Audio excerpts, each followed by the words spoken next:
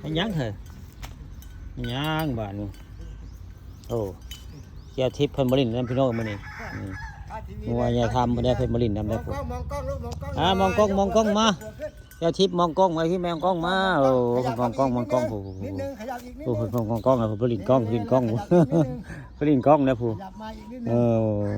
งขยับเข้าไปอีกขยับ โอ้ยหน้าถอยหลังได้ขยับเข้าไปอีกแล้วเดินหน้าเดินหน้าเดินห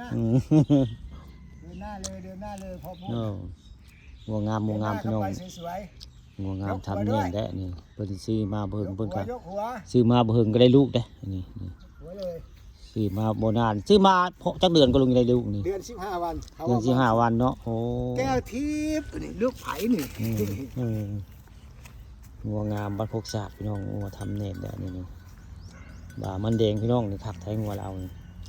ซื้อมาบ่พอเดือนได้ก็ได้ลูกพร้อมได้ ชื่อพิษนี่อาจจะว่ามา4 เดือนได้ลูก เนาะพระเจ้าข้าเจ้าผสมมาเรียบร้อยนะลุงเนาะโอ้ เอาชื่อพิษ คือ ข้าวเดียวบ่ได้ลูก เขาพิษวันตาเบิ่งเนาะพิษวัน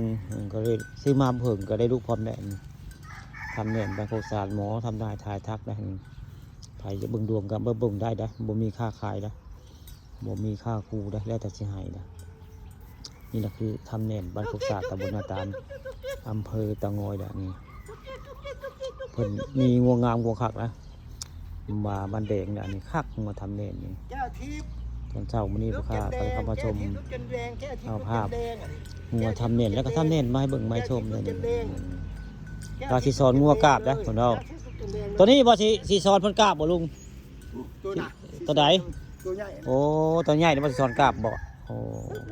ลูกไข่ลูกไข่ลูกไข่ลูก เราก็สิสอนงัวกราบคนเด้ ลูกไข่เด้ลูกไข่เด้ลูกไข่เด้ลูกไข่เด้ลูกไข่เด้ลูกไข่เด้